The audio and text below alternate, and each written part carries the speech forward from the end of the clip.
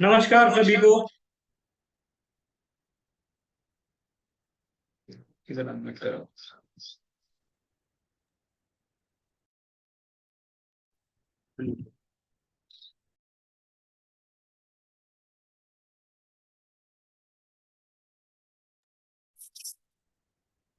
नमस्कार सभी को। एबीआई के सेशन में बहुत बहुत स्वागत है। Welcome everyone to this session on how to sell your AI products to enterprises. We have with us the two eminent speakers today, Mr. Dinanath Khulkar and Mr. Deepak Sharma. They have joined in. We'll call them up on stage in a while. तब तक मैं ABAIA के बारे में आपको थोड़ा बहुत बता देता हूँ। ABAIA हमने जब शुरू किया, दिसंबर छुट्टियों का समय था, रहता है, तो हमारे पास प्रपोजल आया कि हम लोग पुणे को क्यों बड़ा नहीं बना सकते एआई में, हम लोग इंडिया को क्यों बड़ा नहीं बना सकते एआई में।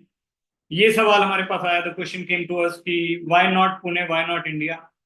तो इससे हमने शुरुआत करी। अतुल मेहरा जो हैं, उन्होंने इस चीज को लेकर के सबसे पहले ना आंदोलन शुरू किया, और वो आंदोलन जो है आज काफी बड़ा रूप ले चुका है। हम लोग 1800 के आसपास व्हाट्सएप कम्युनिटी पर मेंबर्स हैं, लगभग 40 के आसपास वॉलंटियर्स हैं, लगभग 80 के आसपास एआई स्टार्टअप्स हैं, और लगभग 20 के आसपास इन्वेस्टर्स हैं। और आज दीपक और दीनानाथ जी के साथ गोकुल और एडिसन अपू, चार हमारे पास मेंटर्स हैं जो हमें गाइड करेंगे कि आगे क्या होना चाहिए, कैसे होना चाहिए। इसी के साथ मैं थोड़ा सा मेरे बारे में बता देता हूँ। निपुण सिकरी हूँ, चार्टर्ड अकाउंटेंट, कंपनी सेक्रेटरी, और मुमकर चौक वाकड़ में मेरा ऑफिस है, और मैं आज का ओवरऑल मॉडरेटर रहूंगा। एबीआईए के बारे में और जानकारी देने के लिए मैं बुलाना चाहूंगा अतुल मेहरा को डायस पर। अतुल मेहरा, स्वागत है। आप लोग चाहें तो थम्स अप, थाली वाला, अगर आप लोग करना चाहें तो जरूर कुछ कर सकते हैं, ताकि हमें लगे कि हाँ आप लोग हो। Thank you very much.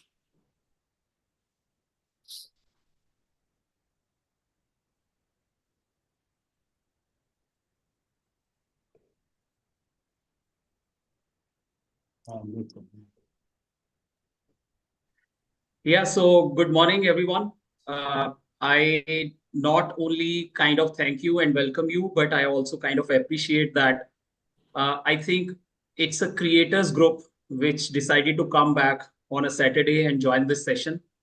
And when I say creators are the ones who create the value, and how, like, our economy is structured and so on. Creators are generally very few people, and of course there are people then who do the operations, who do the scaling. But the kind of the era that we are going through for the AI, the value of the creators cannot be kind of underestimated. So because we have Deepak Sharma, who was the ex chief digital officer at Kotak Mahindra Bank, so I would like to tell you two stories of the creators, and which will then connect the dots, how this section, what is ABI, how we can leverage, and how all the pieces come together in the AI era. So I was reading about Uday Kotak, and when he thought about Kotak Mahindra Bank in 80s, can you imagine, what was going in his mind? So he was saying, I'm going to generate a generational institute. Now imagine like banking in mid 80s. What would have that looked like, when somebody took on such an ambitious task? So then he simplified the things very, very easily in his interview. In interview, he said like he put the customer at the center, and then he took all the small pieces and the products that the customer needed. Okay, so there were creators even in 1980s when there were chaos, the economy was not good, but somebody somewhere was still thinking of within the constraints, how can you create a big institutional institute which can take the entire society, entire economy, many customers, can generate employment and so on. And now I fast forward to Deepak when he was doing, digital banking in early 2000s. I'm very curious to know more about him. Like, of course, there were constraints. So he's taking that vision but then building the basic building blocks which could take the bank to the heights. So there was still another, another generation of creators who were coming in. And similarly, Dinanath sir is with us. So he could scale the multi-billion dollar businesses and could lead it. There has to be a thought process of, creations, taking people together, taking some calculated tasks and so on. So there is a common thread between creators who lead and then take rest of the organizations together. They take rest of the community together. And the same vibe I see in the AI startups that we have today. I also say the registrations from the CIOs, CEOs, CXOs of the enterprises, from the banks. Somewhere this audience is thinking, how do I generate the generational wealth, institute, employment, impact, or whatever? They are thinking of AI in that sense. So my thought process is that today we have people like Deepak, Dinanath, who have seen one entire era of digital transformations and so on.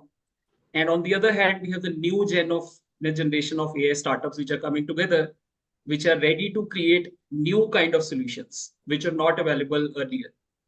So that's how the dots connect. We have the mentors on one side, Deepak, Dinanath, and Gokul, Edison, Appu were in the last meeting. We have the AI startups, and we have the users and adopters of AI from the banks, from the enterprises, from the middle managers who are actually trying to solve the problems. So the focus of ABI per se is a very, very small niche use cases which can be solved by AI in different sectors. So my request to everyone is that during the call and after the call, you can think of your vision. Where do you lie? Where can you collaborate with the CIOs and CXOs or the enterprises or the MSMEs or whichever your sector, where you can bring the value to the AI by collaborating, taking action, reaching out to people. So coming back to very specific use cases of banking and some of the industries, uh, I happen to meet the CIOs, CXOs, business heads of banks, of automotive companies, and so on, which is my sector. My startup works in that area. The CIOs have a very, very clear understanding of the business problems that they want to solve. Very high scale. Like I have crores of customers. How do I grow 30% from here in my revenue? Or how do I cross sell? How do I upsell? They have a very clear understanding of the business at very high scale, and they're looking for the AI solutions. How do I personalize? How do I reduce the budget of the customer support? Like I was talking to one of the business heads of the automotive companies. He said, I have 5 lakh leads for one product, and there are multiple product lines. So these kind of problems, which could not have been solved without AI, like a couple of years back, that's looking feasible right now. So we'll ask Deepak and Dinanath, how do we place what are the high impact values where the value can be extracted with AI? How do we go about creating the real use cases of AI, which then can generate value for the organization? So with this, I'll give it to Diwakar, uh, and I welcome everyone once again. I appreciate once again everyone who is thinking in a creation terms of AI. So Diwakar, over to you.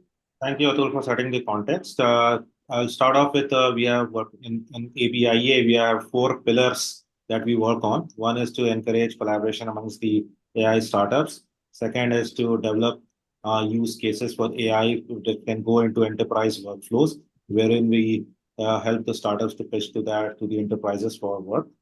The third is we also have an investment wing, which I personally head, wherein we have investors on board. Also, we are inviting AI startups to whom we can evaluate for investment. So, if any AI startups on the webinar, please feel free to reach out to me, Atul or Nipun, if you are seeking investment. Similarly, for investors who are attending this call, we already have about 20-25 investors in our group. We are happy to onboard more. Unlike many other angel networks, we ourselves invest directly into the startups, and we don't go through that the like charging fee or anything which some of the angel networks do. So we are mostly come from the large experience of operating startups as well as investing in the startups. So we go into that. And one of if I look at the overall market in India, so AI solutions are certainly growing quite well.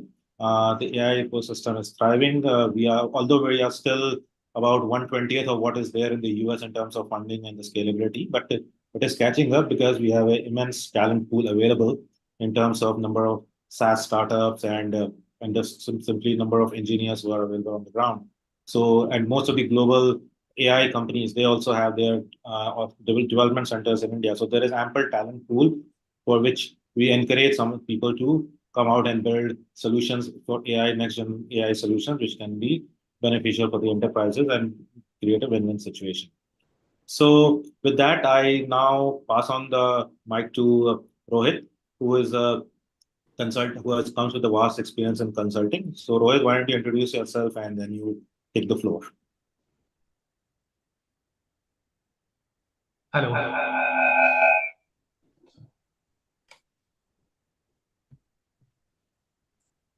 First of all, I would like to thank Mr. Deepak Sharma and Mr. Dinanath Polkar for being here to address us. And it's a pleasure to have you both on this for this webinar. So, first of all, both of them are eminent industry veterans, and most of us know about them.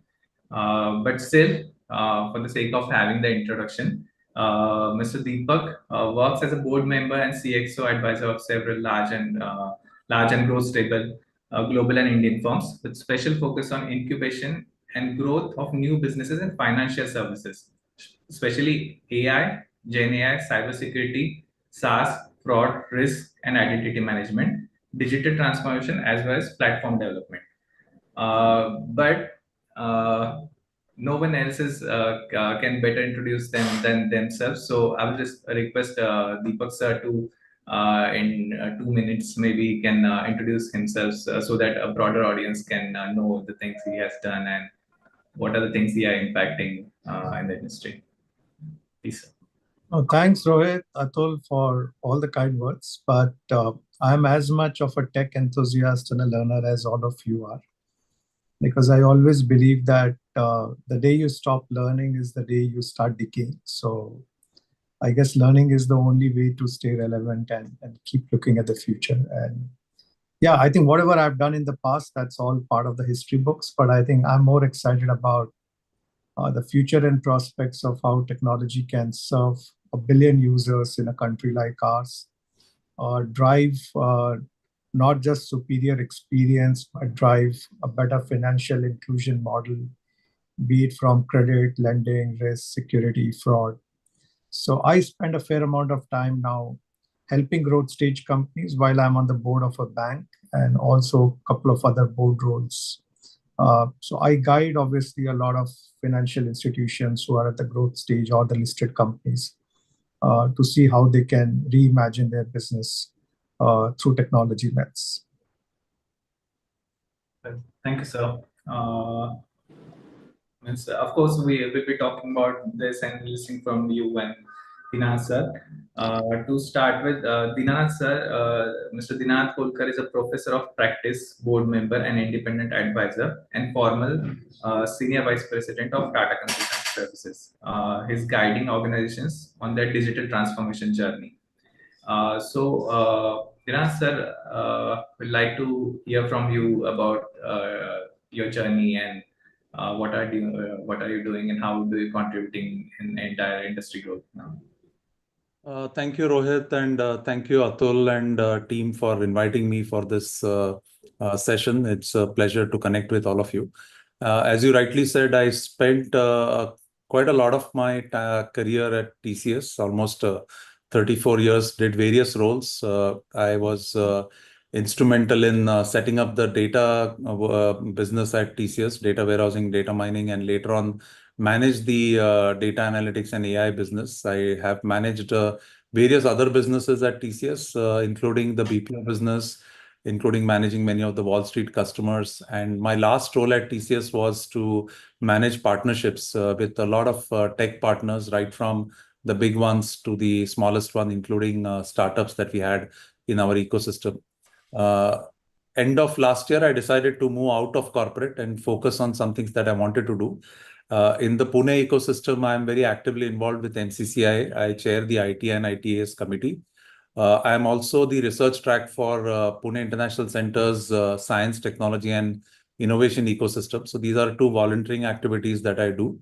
And as I was very passionate about engaging with students, engaging with academia, I took up a professor of practice role at College of Engineering, Pune Technology University, primarily to help them on their industry alignment. And I work very closely with the ENTC and computer engineering departments, and seeing how we can actually integrate a lot of the research work that potentially the university can offer to the industry. So that's where that's my quick introduction.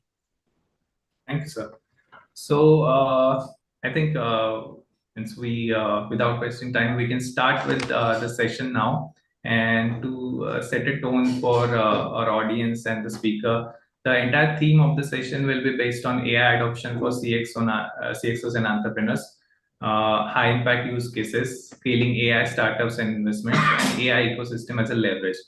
Here, we have set some questions, as well as Prashant and Mohammed will also be participating in it whenever needed. So for Deepak sir and Dinesh sir also, we have audience, especially these are like CXOs and manager who are working in branding, sales, as well as other sectors also, operations also. So when you want to start, when you started this digital banking transformation for Kotak, digital wasn't a norm those days. Today, digital is everywhere. And neither there was a digital infra nor vibrant startup ecosystem. Like today, it is there. So it's a quite a stage where AI today certainly have evolved. Things have evolved, and the maybe the context was not the days you started like that digital transformation. So what's your suggestion for entrepreneurs who are like decision makers in enterprises? Should they start with some pockets or wait till AI matures or partner with AI startups? What's the pragmatic starting point to leverage AI specialty for banking, to be specific? So I think whether you call it AI led or digital or automation, the reality is every organization has to keep changing and keep evolving all the time. If you do not change, you are dead. You won't forget about whether embracing a technology, including AI, will give you growth or not. I strongly believe it's a matter of survival. We have seen many companies who were doing very well a decade or a 2 decade back. Today, they probably are not even there at their prime. And this is happening across us because the business models are changing, the cost to do business, customer preference. So you do not have a choice as an enterprise or an entity, but to keep looking at how the whole business landscape will shift due to competitive pressures, substitutes, changing customer preference, margin, regulators. Every single aspect around us is changing. And that's what I always use that as a philosophy when I was the first head of digital across any bank or financial institution in the country way back in 2013. There was no template. There was no job description. Nobody tells you this is what you need to do. I think you need to start figuring out what is important for the growth of the firm. What are the kind of levers that will help firm grow into the future? And start taking those measured bets. And I think that's the core underlying structure of any transformation initiatives are. And as you start to convert those initiatives into meaningful outcomes, I think people around you, be it your teams or your overall board or customers, they start to trust the story that you are on. If you do not convert it into a success for too long, and if you just only are saying some initiatives will make big change, but it's not bringing change, people won't have the trust or confidence in you. I think AI is on a similar path. Today, when organizations are looking at embracing AI, it's a good thing to do. Everybody says, okay, if you are not doing something in AI, or if you are not building some use cases on Gen AI and thinking of LLMs, you probably will be left behind. Yes, of course, you'll be left behind, but you may probably blow a lot of money too early and too fast without bringing the right value or ROI. If you do not have a clear strategy or a path of what problem statements do you want to solve, how will you go about implementing it, how are you going to think about the data privacy, fraud, risk, recency biases around it, what is the cost of deploying those expensive compute and LLM engine versus the value it brings. So it needs a 360-degree thought process. And thereby, it's important for enterprises to ensure that you talk to experts who understand this aspect better. A lot of people may like to sell you a lot of things, and very soon they will disappear and you will not see value coming. I have learned through my experience that I think it's extremely important for companies to understand all the aspects when they are embracing AI, especially the things that they really do not know a lot about. Be unafraid of asking about it. Even today, that's the reason when Atul reached out to me, I said, I'm happy to talk to this community because I'm not just going to share about what I know, but I'm sure each one of you with your own experiences of what you are building, what you are selling, how you are imagining a product or a problem statement, you can all collectively bring that learning. And I think that's how the community will lead to the change and organizations will start seeing value out of AI. So, means you're saying that the domain expertise and proper knowledge of the things, along with the technical knowledge, is as much important as that of the developing solutions, just directly going. Actually, not just domain. So there are 4 or 5 key skill sets that an organization needs. And they may not have all 4 or 5 skill sets to start with. You obviously need someone from a business to understand technology. A lot of business folks don't really understand the technology well enough, unfortunately, in the traditional organization. They need to see clearly where is the value, what are the large pool of data, where you can bring in the AI models and thereby create value or remove biases, say credit decision, operations, contact center. There are many pools, right? But someone needs to understand that, yes, if I go and start thinking around this, there can be a significant enhancement in value or cost save or experience, or probably we can launch a next set of product to the other set of customers, say microfinance institutions, or probably building a last mile payment or a delivery mechanism or a SME finance. There are many areas today institutions are unable to solve. But now, thanks to the kind of data that you are getting access to, be it through GST, account aggregator, through the whole ecosystem under the DPDP Act, there are set of possibilities. So someone at a business and strategy end has to have a vision first. It starts from there. If businesses don't understand, they will probably think only doing incremental stuff. Then you need someone, obviously, who understands the data and the AI piece well as to what are my sources of data, whether the data is sanitized. Is the data coming in a manner where my models that I train and build on top of it is not going to hallucinate? So sanctity of data, the purity of data, converting the whole data as a raw material for creating the next set of value. Then, of course, you need the set of folks who understand the whole deployment model, architecture, what are the kind of LLMs if you're going to use, will it be on-prem, hybrid, what is the cost involved? So the whole techno-commercial aspect of it. The fourth is you need an expert who understands the legal, compliance, regulatory, and the risk part of it. And the fifth and foremost is the guy who understands the whole security aspect of it. So I think organizations need to understand all these, the business use case, the deployment and the data, the whole technology stack, compliance, security, risk. And unless you get all things right, organizations may not move beyond POC. And we have been seeing that most organizations, while they have intent, they have not gone and really taken big bets yet because they are not very sure of how to solve for all these 5 things.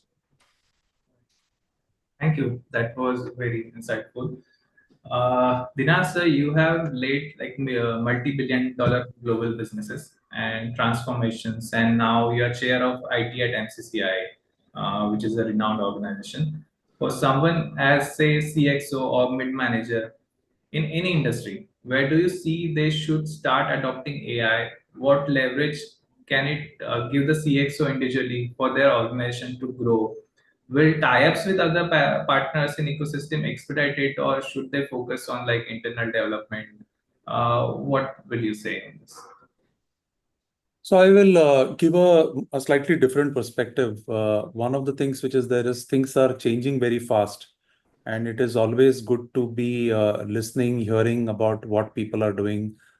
You don't need to fail and then learn it the hard way. You can also look at failures which happen around and then not make those mistakes, or even successes of how people have been able to transform and do certain things. So the chamber as such, MCCI is a great platform because we have close to about 3,000 plus members.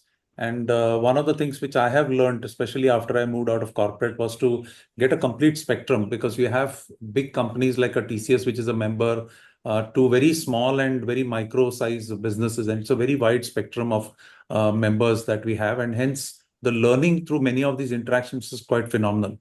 And I visit, at least once a week, I visit some of these companies. It could be a manufacturing company, it could be a tech company, just to get a feel of what exactly are the problems they are faced with, how are they solving it, what type of technology is being used and stuff like that. So I think that is one thing which an opportunity like this will give you access to a lot more data points based on which you can decide what is the right thing for you. The second thing which I would say is, especially decision makers, I think Deepak ji said it right, that they need to be educated themselves. So I am on quite a few advisory committees and things like that, and I find many CEOs and even business leaders are not fully conversant with what they are on the hype cycle. They know there is a lot of AI being talked about. People use terms like data is the new oil, data is the new gold, and all of that stuff. But when I ask them, what does it mean? How does it translate to your business? They don't have a view around it. And I go back to a discussion that I had when I was at TCS, and N. Chandra, who is now the Tata Group chairman. And I asked him, how do you look at board members? Because these are the people who actually run governance in companies and stuff like that. And he said, yeah, everybody appreciates that this is what the hype is. But if you go down details, they may not necessarily. So said we need to spend a lot more time with the senior executives to educate them. And now I am on a couple of companies as an independent director, and I spend a lot of time educating them. So I give them simple tasks, saying that, hey, use Meta AI or use Chat GPT and see how you can use it. And yesterday I was at a board meeting and I said, why don't you guys use the Microsoft Office Copilot, which is there, and they already have it in their setup. So I give them some encouragement to start using some of these things and then see how you can actually look at usage of technology. The last thing I would say is that, I have worked with various customers across the globe. What is more important is to understand what is that business problem, and really solving that problem, what is the outcome that you will deliver. So I ran the BPO business for about 7 years. About 5 years of those was predominantly financial services, including acquisition that we had done from Citibank. So we used to run operations across the globe. And those were the times when the robotic process automation was picking up and AI was being talked about. And I have done a lot of work in fundamental research on AI many years back. So I used to tell people, tell me what exactly is your problem, what are you trying to solve? And it's very important that business users stay focused, or business users or IT users stay focused on that problem, and ensure that that problem is solved not just as a trial and error or a prototype, but the problem is solved and you have delivered outcomes, which has an impact on your P&L. So you should be able to say that because of this particular transformation that I did, here is the outcome that was delivered, and hence either the top line grew or the bottom line grew, or we managed to eliminate certain risks from the business. So I give that as a clear measure, saying that show me in a quarterly result or a annual result that you are able to make a particular difference. And I think these aspects are very crucial when it comes to such decision making, which is required for technology. Technology is going to be there. It will come up in different shapes and forms. But as stakeholders who are custodians of managing business, it's important that we look at what is the outcome that we'll be able to use to deliver using those. And I think that gave me a lot more access to a different set of technologies. So I used to interact with very large product companies, including startups. And I would love to engage with those startups or those solutions which would solve the problems for my customers. And that actually made a huge amount of difference. Thank you, sir. It's definitely these are the aspects that we should consider. Coming back to Deepak, sir, which are the high value and high cost areas in the specifically banks where AI can make a big impact, as we are speaking about AI here? And which areas will be your top 3 or 5 picks? What's the best way to start a pilot in those these pockets and build from there? Like you said that we should start with like small use cases, maybe in that direction. So what will you suggest? No, I wouldn't say you should start small. What I was saying is because you don't have enough clarity, you end up starting small. And then you never actually move on to anything big, because unless you have ambition to really make a large, significant impact, you can keep doing experiments, and then it doesn't really make a big shift in the way organization outcomes are changing. And that's why getting the strategy part extremely clear is the starting point. If you don't know what are you going to achieve, you may keep doing $10,000, $20,000 pilot here and there and $50,000 and then burn some money. But beyond that, it doesn't impress anyone, either in the organization at a board level or customers, because what change are you bringing in? I think starting point is that I think each organization today needs to see in their context what are the key problems that they are solving or they will require to solve in order to be successful. For example, a lot of organizations today, they realize that the contact center sucks. I think any company, forget bank, I'm saying you call any institution, bank, airlines, telecom, any kind of entity, I don't think dealing with contact center is a pleasant experience for anyone. Everybody tried building chatbots and stuff like that in the past. That never really took off, because there is a big gap between what the standalone chatbots could do and what a human agents could do. But at the same time, the human agent scalability is a challenge. It's a cost. Training on different language and skill set is an expensive proposition. Your call hold time and all that makes it the whole IVR and IVR experience to humanists is extremely bad. The question now today is, you have a lot of training data available of how you manage customers. Because agents have been talking to customers day in and day out, a lot of unstructured data is available. Can a voice and a human data be used to build a more hybrid customer service experience? Rather than thinking of putting everything on a chatbot and giving an inferior experience, or putting everything on a human agent and adding more to the cost. And AI is rightly placed today to generate prompts, response, best way to resolve a customer query, concern, create predictive models of customers who are likely to complain or escalate, so that even before they reach out to you, you have a mechanism to send them an alert or a notification. Understand customer context before customer narrates the whole issue, because if some fee and charges probably was added on that account, and that is going to lead to customer callback, then you are able to manage it better. So I think that whole opportunity to create a 360 customer experience layer at the back of data has immense opportunity, because you are not just improving your customer experience retention, but you are also reducing your cost to serve customer at scale. Be it, you don't need to train now people in a Tamil and a Telugu and Marathi and Gujarati by hiring people in multiple geography, training them. But they can all provide a similar or enhanced level of customer handling skills to human agents. So if I'm talking to you today and you are my customer, I probably can manage the conversation in a more structured and efficient manner than what I could do earlier. So I think that's one prime use case where I'm seeing that a lot of data, language models, translation, voice and text can all come together to improve the end customer experience. I think the other area which I'm seeing again picking up, and there's a large ROI, is on the whole credit risk automation piece. Because when you are originating any kind of credit or a lending proposal, right from looking at structured and unstructured data, financial, non-financial data that you get through third-party API and digital footprint, how do you convert that into the meaningful credit decision outcomes?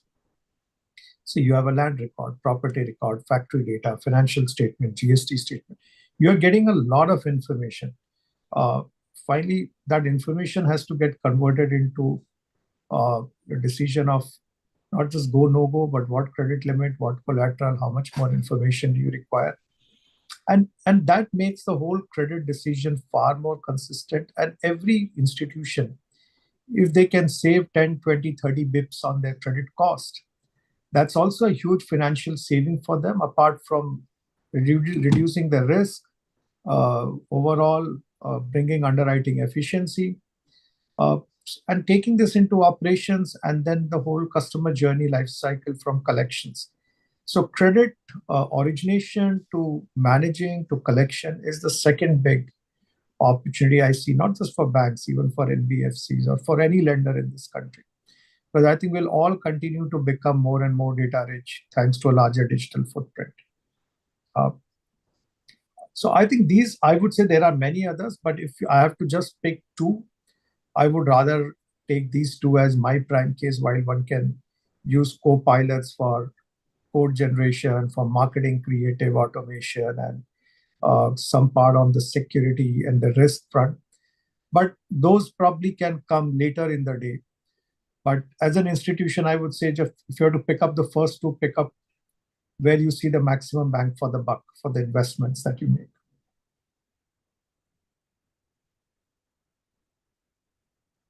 Well, thank you, sir. And of course, these are the areas you mentioned, but as you said that first, means enterprise to enterprise, they can figure out the high impact cases for them.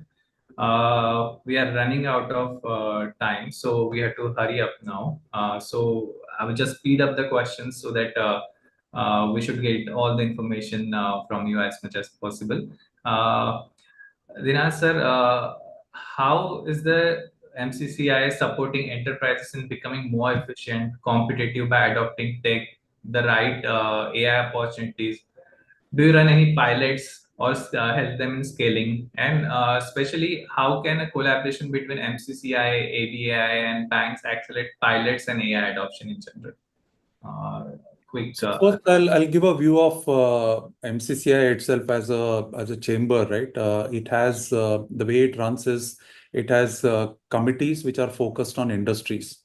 So there is a defense committee, there is an auto committee, there is an electronics committee, there is an IT and ITES committee, there is food processing committee. So each of these committees are focused on the members who work in that particular industry. And one of the things that we do is constantly do programs. One of the key elements of MCCI is to ensure that members are well educated about what is the art of the possible. And there is very specific. So it's, if you really look at Pune or any businesses is more of an ecosystem. While you can have one end of the spectrum, which could be very large organizations, the entire ecosystem also requires to mature and go up the level. So there are very focused efforts on education. So specifically, the folks who are in running startups, they can actually play a key role in just educating a larger set of companies about what is the art of the possible. So there are a lot of companies who come and participate in that entire journey. The other thing is there is a very focused government initiative which is being run along with the World Bank, which is called RAMP, which is raising and accelerating MSME productivity. And in that, AI, digital, cybersecurity, IoT, sustainability, a lot of these are very core topics. And in each of these areas that I talked about, AI has a very crucial role to play.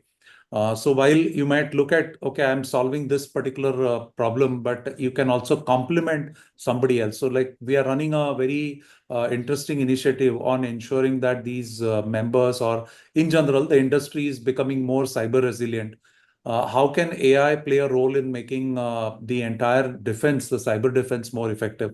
So we have been discussing, and especially the last few days, I've got so many questions and queries after what happened in Lebanon, is that could we potentially have risk with the devices which are there, which are digitally connected, and what are the things that we need to do? Just as a sliver of a question which was there, but it's a good opportunity to look at, is there a combination between device manufacturers or people who work in more of the industrial belt to have cyber security and AI as a combination to be looked at. So I think there are many such opportunities which are there, which can potentially play a very crucial role. One of the things, especially in the financial sector, is the number of financial frauds that are happening, and it impacts pretty much the entire spectrum. You have very large financial frauds which happen to and these are largely cyber crimes.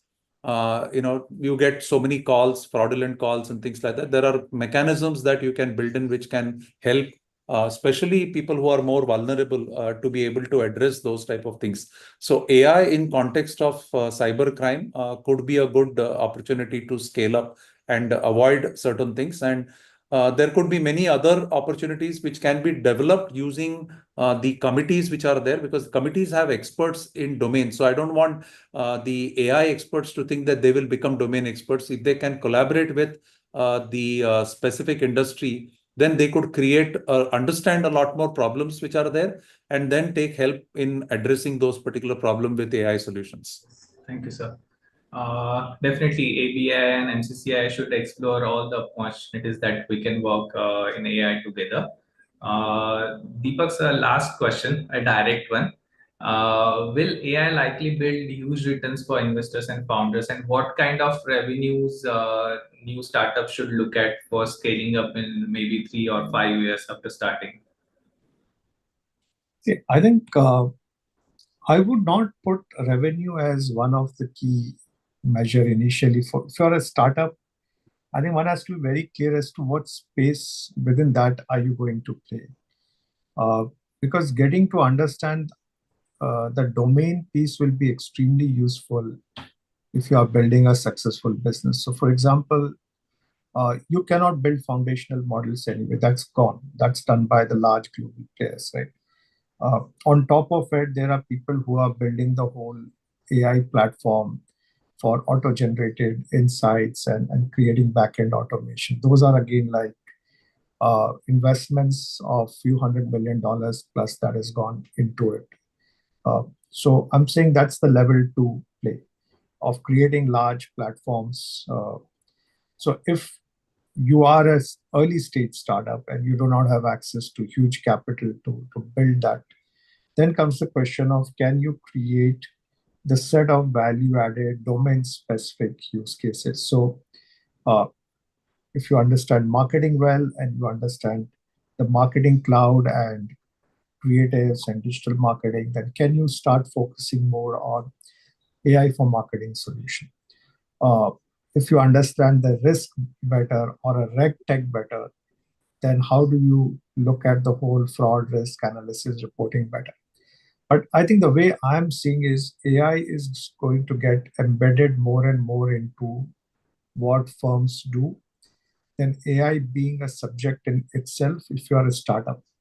So the value will lie like in, I mean, you'll have to see what are the domain, and within that domain, how do you understand that domain better rather than trying to be more of a generic all over firm. So picking up areas like fraud risk management, that's a massive identity and access management. So I think one has to start seeing within those spaces where do you want to go and play, because you have to understand where the data is coming from. Are data standardized? What are the deployment models? How do you answer the question around the security and risk?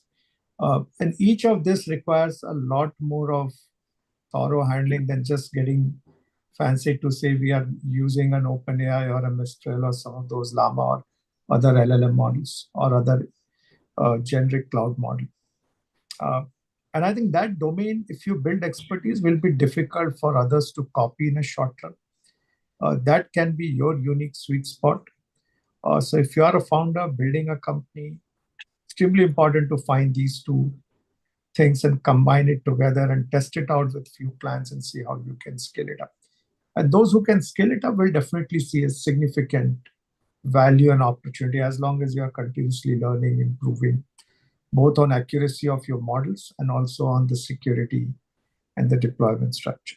Right. So there's a potential if we choose the right use case or right problem to work on instead of just going to solve everything at once. Right. Thank you, sir.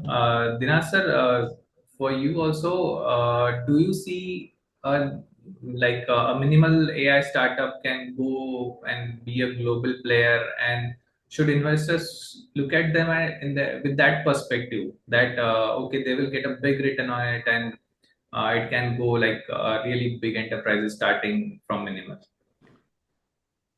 So I think I know one of the points which we are reiterating is that what is the problem you are solving, and does the problem really have potential to scale and have a lot more opportunities? So I was on the other side interacting with a lot of startups. I used to spend do many trips to the Bay Area, meet startups at different hubs like Berlin, London.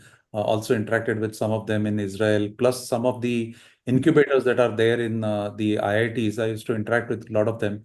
What I used to do was I used to go in with a lens of here is the problem that my customer is faced most with, either today or they may potentially face it in the future. And hence, I would go and meet those people.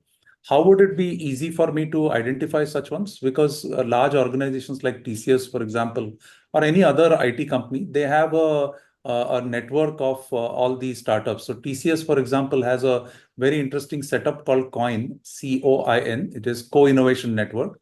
In that, we have access to a large number of startups, and our teams actually filter them down to about 2,000 odd startups. And they are in different areas. There could be startups in cybersecurity, they could be on AI, there could be on IoT. And when a business leader approaches them saying that this is my particular problem, then I could potentially get a list or a short list, and then we could look at it. So when I look at the opportunities, if I see a pattern saying that, hey, look, I am seeing many organizations looking for a solution for this type of a problem, then I look at that particular area or that particular startup to having a huge potential. And I would give them very strong feedback saying that, look, you are in the right space or you are not in the right space. Okay. So sometimes it is good to, always good to tell them, look, you are doing something, but it is not necessarily going to be appreciated because business doesn't seem to be having that as a priority, or maybe you are too early. Sometimes it is also that you may be at times too early in that particular area. But I think the startups getting access to large organizations is very crucial.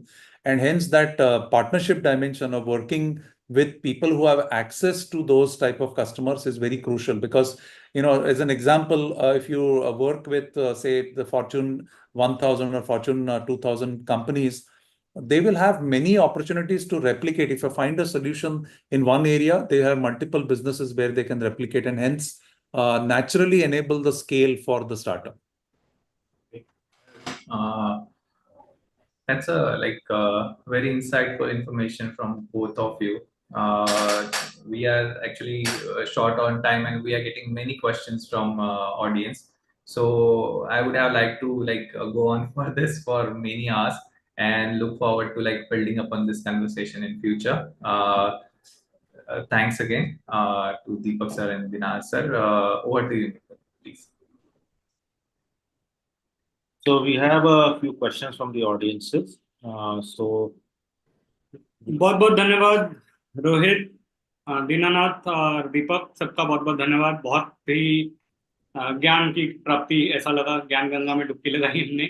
आइए कुछ और सवाल हैं जो आपसे related हैं, जो हाँ, ये पार्थ ने अच्छा ताली बजाई, बाकी जिसको भी अच्छा लगा वो भी रिएक्ट कर सकते हैं, ताकि हमें पता चलता रहे कि कैसा रहा सेशन। आप लोग कमेंट्स में भी बता सकते हैं।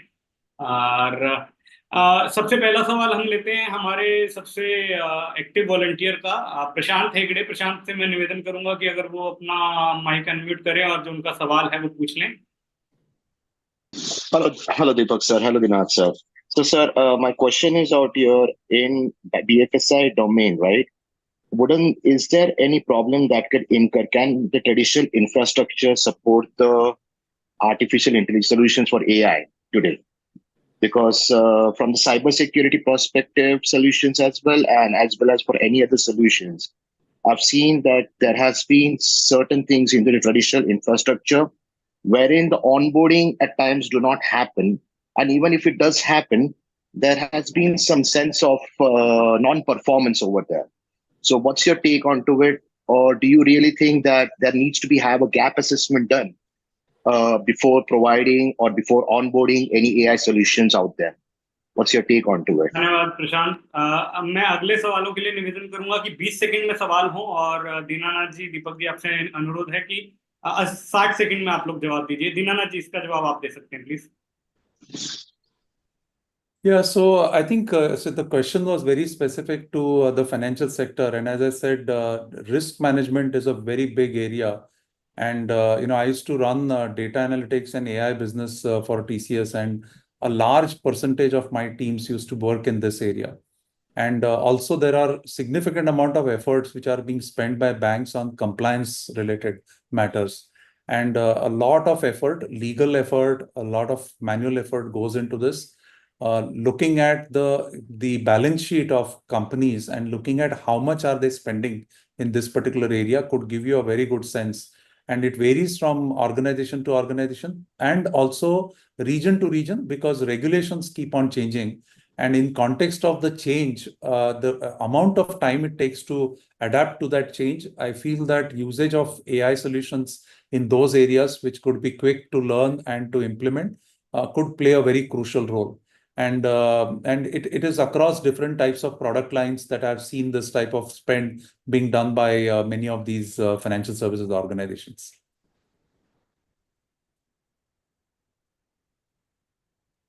बढ़िया, धन्यवाद दीनानाथ जी, आपने सवाल का जवाब दिया। अगला सवाल हमारे पास युवराज डागुर से है।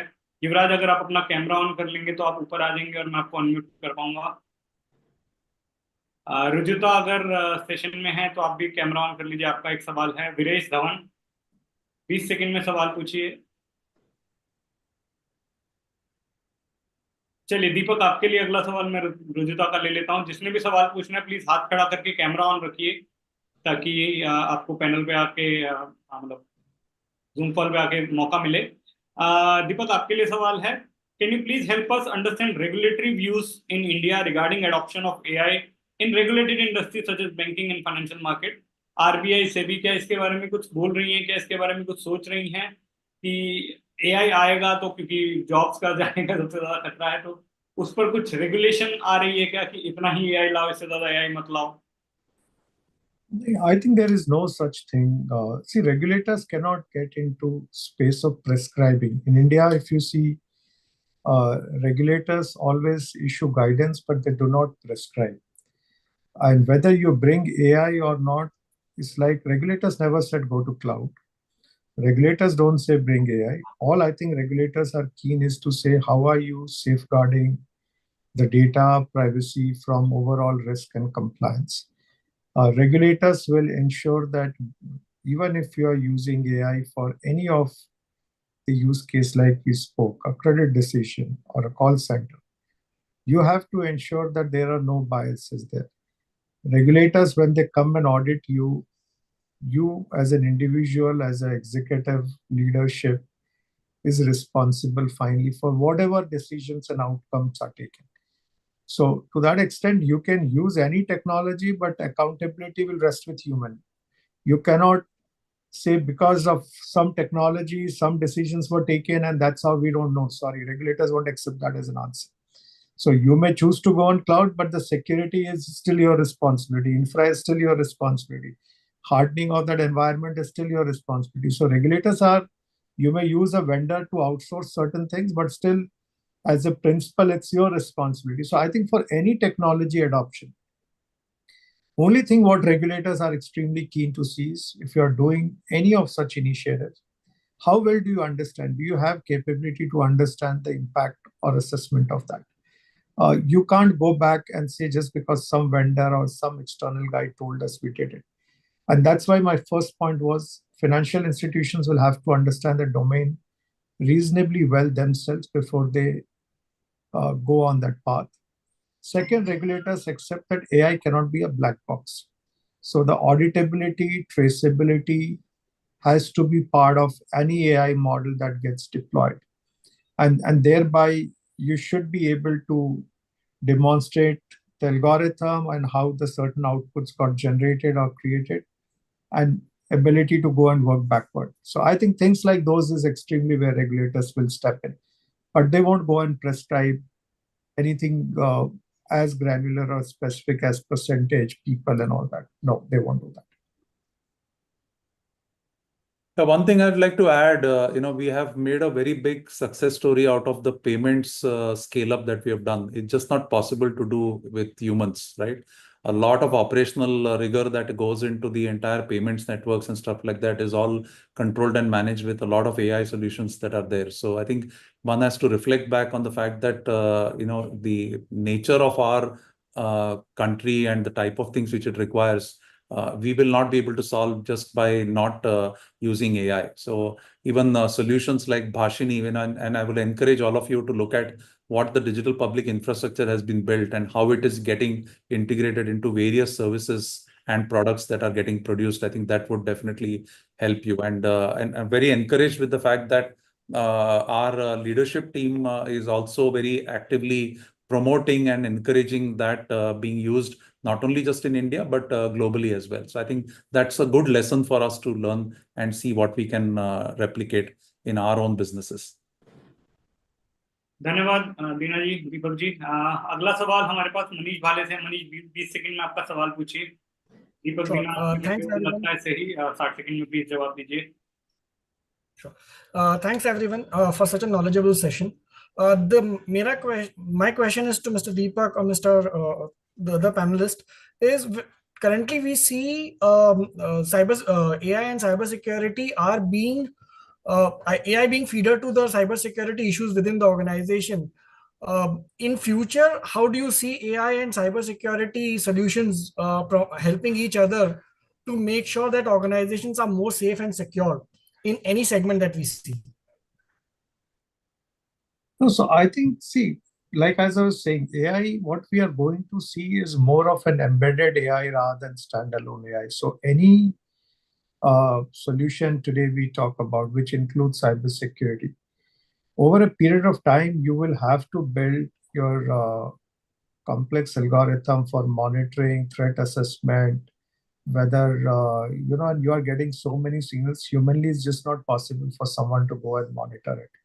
So wherever you are dealing with vast amount of data on a continuous flow pattern, you will be able to deploy it. And cybersecurity is one such area, right? Because, I mean, you have so many false positives, you have so many alerts that your SOCs that are coming in. You just have to continuously be on the alert because probably there are 100 of those are not relevant, but one such thing, if it goes through the system, then you get into trouble. So I think increasingly that is one use case or one area where you will continuously see a far greater role of AI from a continuous threat monitoring, risk assessment in the organizations.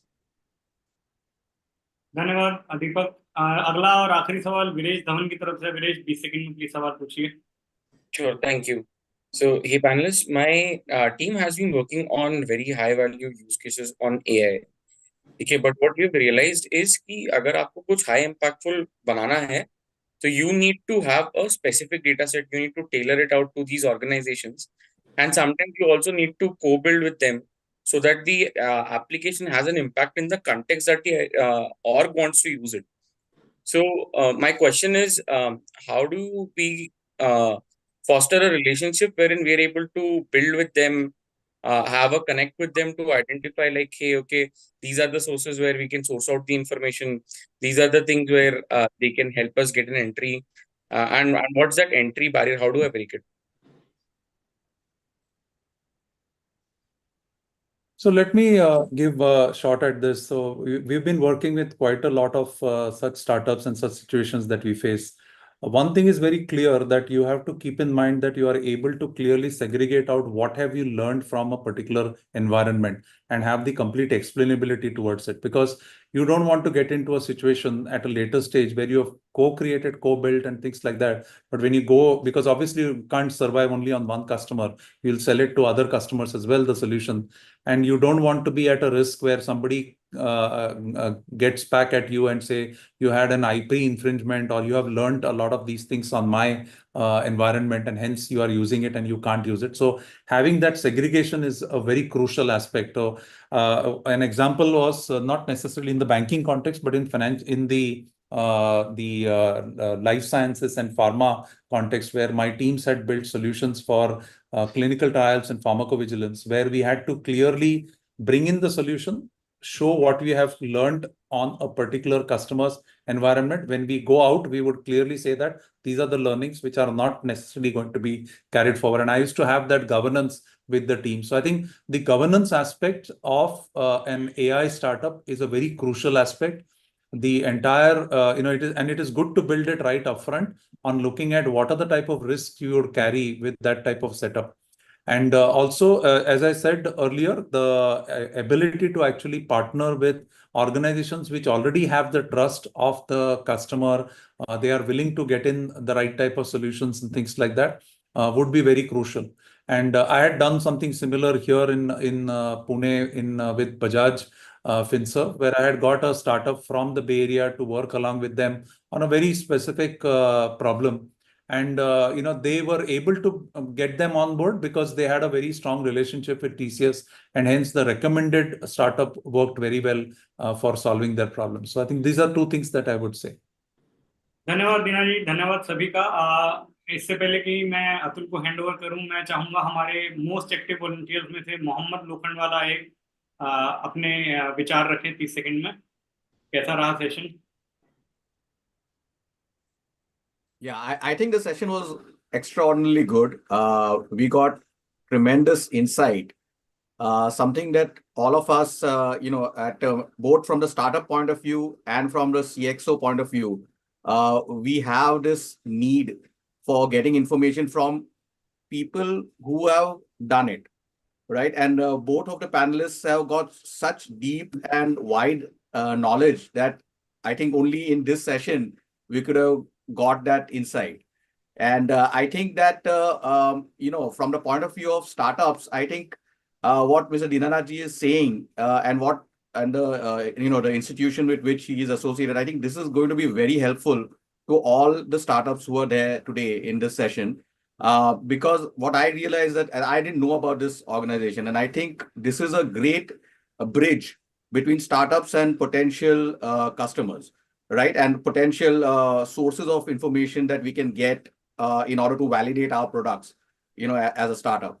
And from Deepak ji, we got great insight about, how, for example, the government thinks. Like one of the problems that we faced, in many of our products is how will the government compliance issues come in the way, right? But now we know that the way the government thinks is not to, stop some technology or something like that. What they just say is they give you the guidelines. So these are insights we would not have got and I actually wanted to go to Mr. Deepak one more time, but we have run out of time. But I wanted to ask him that, okay. धन्यवाद मोहा भाई, thank you very much. Sorry, thank you very much. Rohit का खास धन्यवाद जिन्होंने आज event moderate किया. प्रशांत मोहा भाई, उनका धन्यवाद है. अतुल दिवाकर जिन्होंने ABIA बनाने में बहुत ज्यादा मदद, उनका धन्यवाद. हमारे कुछ वॉलंटियर्स हैं जो लगातार हमारे साथ जुड़े रहते हैं. पार्थ पंड्या, रुजुता जिन्होंने हमें दीनानाथ जी से इंट्रोड्यूस किया, और उनके लिए स्पेशल ताली सब लोग इमोशन वाली बजा सकते हैं. अतुल खंडार, वेलंकी, श्रीहर्षा, प्रितेश, आप सबके लिए जोरदार तालियां मेरे दिल से बजती हैं. बहुत बहुत धन्यवाद. मैं अतुल मेहरा को वापस बुलाता हूं और हम कंक्लूड करते हैं. दीपक जी, दीनानाथ जी, बहुत बहुत धन्यवाद आपका इस ज्ञान गंगा के लिए. और उम्मीद करते हैं कि आपकी तरफ से जो मार्गदर्शन है वो हमें लगातार मिलता रहेगा. Atul Mehra. Yeah, guys, I just want to highlight once again the differentiator of ABI, and that is to act. I mean, whatever we discuss, so Deepak and Dinanath gave us the 500 feet view. Generally, from the internet or other places, we get 25,000 feet view. Today, we got the 500 feet view. What are the specific use cases? And now the ball is on our court. All the people in the ABI now need to go to 100 feet view, 10 feet view of making the things happen. So for example, when Deepak said contact center, now for contact center, it's different for automotive, it's different for banking, it's different for insurance. For digital, this is different. For offline, this is different. So all of us need to go very, very deeply, build the solutions. And then Dinanath also highlighted the importance of having an ecosystem. So MCCI is having the ecosystem, which is of the enterprises. We have the AI, and Deepak is very well connected in the banking.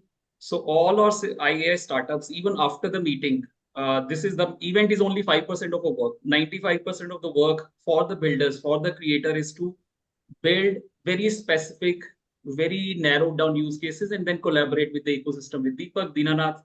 So continue on this starting today and after over 2, 3, 4 weeks. So we'll stay in touch. So the story does not end. Yeah. Thank you. इससे पहले कि लोग जाना शुरू कर दें, मैं बीच में आ गया ताकि हम लोग एक बहुत अच्छी सी सुंदर सी फोटो ले सकें. जो लोग इस दशा में हैं कि कैमरा ऑन कर, जो नहीं है वो ना करें प्लीज. जो हैं वो प्लीज कैमरा ऑन कर लीजिए ताकि हम एक सुंदर सा फोटो खींच सके. ज्वाइन करिए ABIA, एंगेज करिए, क्योंकि अतुल वायु शॉप में AI प्रोडक्ट बना रहे हैं, दिवाकर केमिकल इंडस्ट्री में AI लाने की कोशिश कर रहे हैं, मैं चार्टर्ड अकाउंटेंट हूँ. हम तीनों के पास पूरा काम है, लेकिन हम लोग एक कम्युनिटी बना रहे हैं ताकि सबकी मदद हो सके, सब लोग एक दूसरे की मदद कर सके. हमें मदद चाहिए, आपको मदद चाहिए, जिसको जो मदद चाहिए वो कम्युनिटी एक मदद करेगी. हम लोग ऑलरेडी 1800 लोग हैं इस कम्युनिटी में. बाकी लोग भी आइए, जो जुड़ चुके हैं उनके पास ऑप्शन है, वो अपने दोस्तों को जोड़ सकते हैं. कैमरा ऑन कर लीजिए. मैं फिर चाहूंगा कि कम से कम 20 चेहरे तो हमारे को यहाँ पे दिखे. नितिन, विजय, सौरभ, विपिन, नितिन, अतुल, वरुण, जो भी कैमरा ऑन कर सकते हैं. फिर एक बढ़िया सा फोटो लेके सबको विदा करते हैं. और 60 मिनट का ये सेशन था, 70 मिनट हो गया. मुझे वो चक दे इंडिया की शाहरुख खान वाली 70 मिनट स्पीच याद आ रही है. ये 70 मिनट है ना.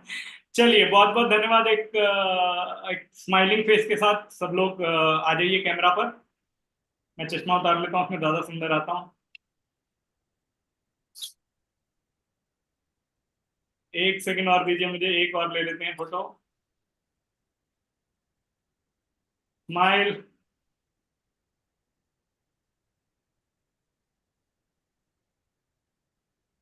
धन्यवाद सभी का आज के सेशन में जुड़ने के लिए.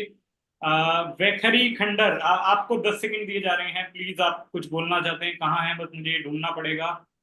वैखरी, हाथ ऊपर कर लीजिए. हाँ, ये रहे आप. जी, मैंने अनम्यूट की आपको दी है अनुमति, आप ले लीजिए.